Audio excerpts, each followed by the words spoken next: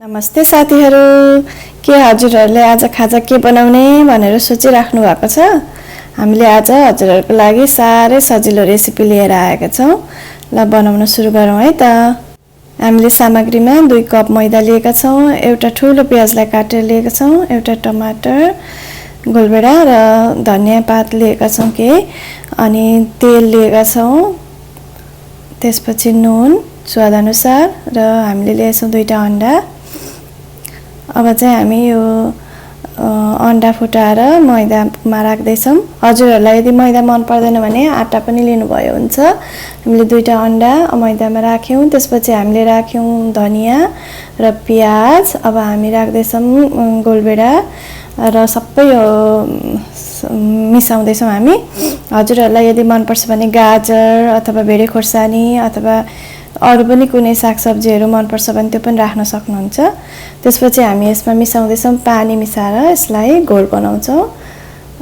थोरै पानी, एकचोटीमा थोरै पानी मिसाउँदै अनि हामी फेरि यसलाई चलाउँदै अनि मिसाउँदै गरेको छौं। एकैचोटी धेरै पानी मिसाउँदा चाहिँ यो घोलको कन्सिस्टेन्सी चाहिँ राम्रो नबन्न सक्छ, त्यही भएर थोरै मिसाउँदै गरेको हो। अनि हजुरहरूलाई यदि मन पर्छ भने आटा अथवा चामलको पिठो पनि लिन सक्नुहुन्छ। हेर्नुस् त हाम्रो मिश्रण लगभग तयार भइसकेको छ, अझै पनि अलिकति बाक्लो छ। अब हामी यसमा राख्दै छौं यो खोर्सानीको धुलो। यदि हजुरहरूले बच्चाहरूको लागि बनाएको भने नराख्नु होला। र हामी अब यसमा राख्दै छौं स्वाद अनुसारले नुन। पिरो पनि हजुरहरूको आफ्नो स्वाद अनुसार घटाउन बढाउन एडजस्ट गर्न सक्नुहुन्छ। ल हेर्नुस्, यतिको घोल तयार गर्नुपर्छ।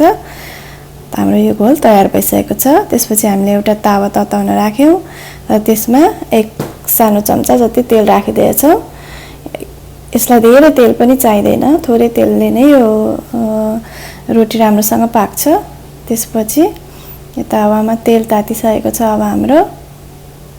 अनि अब 2 डाडु हामीले यो राखेका छौं यो घोललाई। हजुरहरूलाई कुन साइजको मन पर्छ त्यति नै राख्नु होला। हामीले चाहिँ अलि सानो नै बनाएछौं आज, त्यही भएर 2 डाडु घोल राखेर यसलाई सबैतिर मिलाइदिएछौं गोलो हुने गरी। र त्यसपछि अब हामी यसलाई छोपेर पकाउँदै छौं। छोपेर 2 मिनेट जति पकाएपछि खोलेर हेर्दाखेरि यसको रङ बदलेको हुन्छ।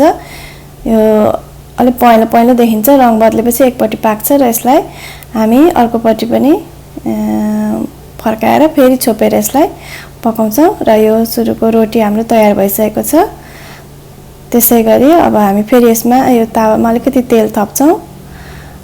अनि यो घोल चाहिँ एकचोटी राम्रोसँग चलाउनु पर्ने हुन्छ फेरि हाल्नुभन्दा अगाडि। र फेरि अब अर्को रोटी तयार गर्दै छौं। यो मैदा चाहिँ सबै यसको बटम त्यो कचौराको मुनि गएर बसेको हुनाले चाहिँ यो घोललाई हरेक चोटी रोटी हाल्दा त्यो घोललाई चाहिँ एकपल्ट चलाइदिनु होला। र हामीले फेरि अर्को रोटी पनि त्यसैगरी तयार गरिसक्यौं। हामीले त्यसैगरी अरु धेरै रोटीहरु बनाएर सबै सकेका छौं। ल हाम्रो सजिलो झट्टपट खाजा तयार भयो। हजुरहरु पनि बनाएर खानु होला र आफ्नो अनुभव हामीलाई कमेन्ट बक्समा अवश्य पनि भन्नु होला। समय दिएर साथ दिनुभएकोमा धेरै धेरै धन्यवाद। अर्को भिडियोमा भेटौँला। Bye bye.